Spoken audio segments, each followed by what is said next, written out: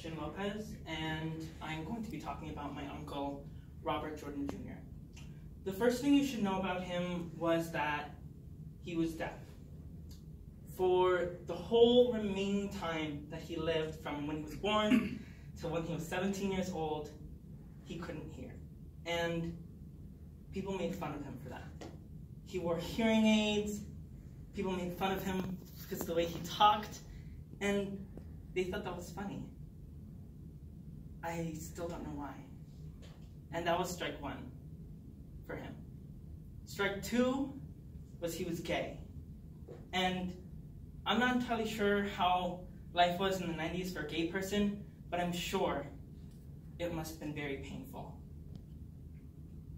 People just made fun of him every single day, from when he went to school, when he walked around, because of the way he was.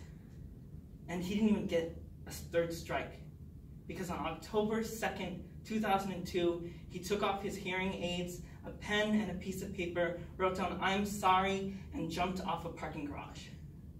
And that's just so scary, because at 4 years old, I wish he knew that I loved him. That I wish that he knew that my mom loved him. My aunts, my uncles, my nana, my tata loved him for who he was. That we supported him through thick and thin because we loved him. And I wish he knew that 16 years later, at 20 years old, that he was my inspiration. Inspiration for who I was, what I wanted to be. And because I loved him. We all loved him. When I was 4 years old, I didn't even know the concept of death, let alone what gay meant, and what death meant to a person, why someone would even kill themselves. So I didn't even understand what was going on. But now I do. And it's just so horrible to kind of just look at his situation and how we all loved him. I couldn't even understand why he would even kill himself, because we all loved him. We all supported him. Like, why would he do that? And it was because of all the hate. The hate, the comments, and everything that someone said to him, it blanketed all the love. So he couldn't even feel that. So I wish he knew that we were there for him, that I was there for him.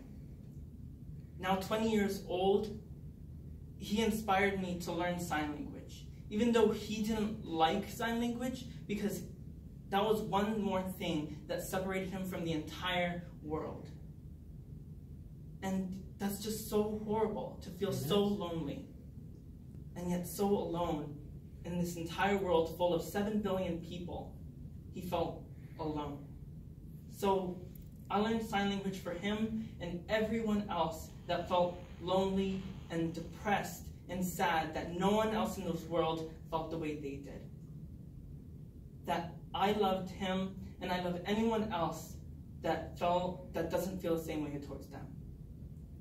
So for anyone who feels that pain, anyone that feels like they're alone and wants to jump off a bridge, kill themselves, I'm there for them.